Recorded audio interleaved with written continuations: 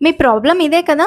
Wait తగ్గినట్టు అనిపిస్తుంది. కానీ బాడీలో ఫ్యాట్ మాత్రం ఇంచు కూడా తగ్గలేదు. మీరు డైట్ స్టార్ట్ చేశారు. రైస్ కూడా తగ్గిచ్చేశారు. అండ్ వర్కౌట్స్ కూడా స్టార్ట్ చేశారు. వెయిట్ చూసుకుంటే కొంచెం తగ్గినట్టు చూపిస్తుంది.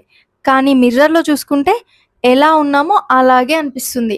బెల్లీ దగ్గర, థైస్‌లో, ఆర్మ్స్‌లో, ఫ్యాట్‌లో ఏ చేంజ్ లేదు. ముందెలా ఉన్నానో అలాగే ఉన్నాననిపిస్తుంది. చాలా ఫ్రస్ట్రేషన్ ఒస్తుంది కదా! అసలు నేను ఇంత కరెక్ట్‌గా ఫాలో అయినా రిజల్ట్ ఎందుకు రాట్లేదు అని మీ మీద మీకు సెల్ఫ్ డౌట్ స్టార్ట్ అయింది కదా! రీజన్ ఏంటంటే మీరు వెయిట్ లాస్ మీద ఫోకస్ చేస్తున్నారు. ఫ్యాట్ లాస్ మీద కాదు.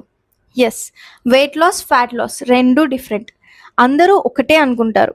వెయిట్ లాస్‌లో మీ బాడీలో ఫ్యాట్‌తో పాటు మజిల్, వాటర్ కంటెంట్ మొత్తం పోతుంది.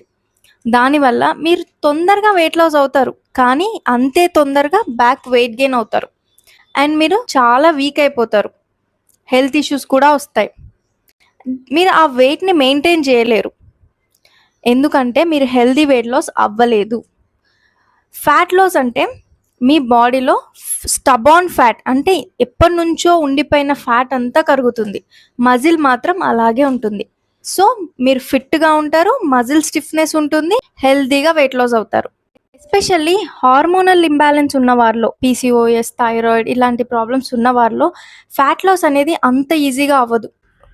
ప్రాపర్ న్యూట్రిషన్, రెసిస్టెన్స్ ట్రైనింగ్ ఇంకా హార్మోన్స్ అన్నీ బ్యాలెన్స్‌లో ఉండాలి. అప్పుడే వాళ్ళు ఈజీగా ఫ్యాట్ లాస్ అవుతారు. అండ్ హెల్తీగా వెయిట్ లాస్ అయ్యి ఫిట్‌గా ఉంటారు. ఏం లేకుండా డైరెక్ట్ మేము డైట్ చేస్తున్నాం, వర్కౌట్ చేస్తున్నాం అనంటే వెయిట్ లాస్ ఎప్పటికీ అవ్వరు. ఫస్ట్ హార్మోన్స్ అన్నీ బ్యాలెన్స్‌గా ఉండాలి. మీరు కూడా ఇలా స్ట్రగుల్ అవుతున్నారా?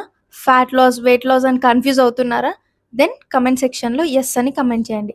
ఫ్యాట్ లాస్ ప్లాన్ మొత్తం క్లియర్‌గా ఎక్స్‌ప్లెయిన్ చేస్తాను. Thank you. Follow me for more videos.